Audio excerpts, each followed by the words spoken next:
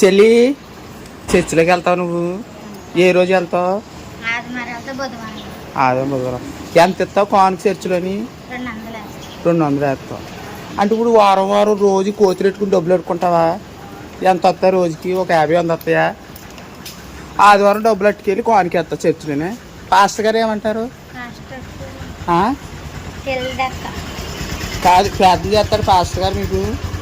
ఇలా చూడు ఏమని చేస్తారు? బాగుపడాలని చేస్తాడా?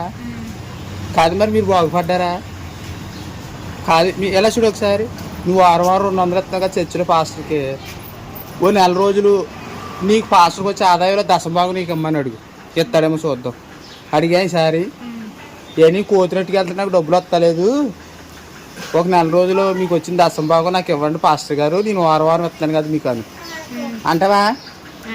అనే ఓకే.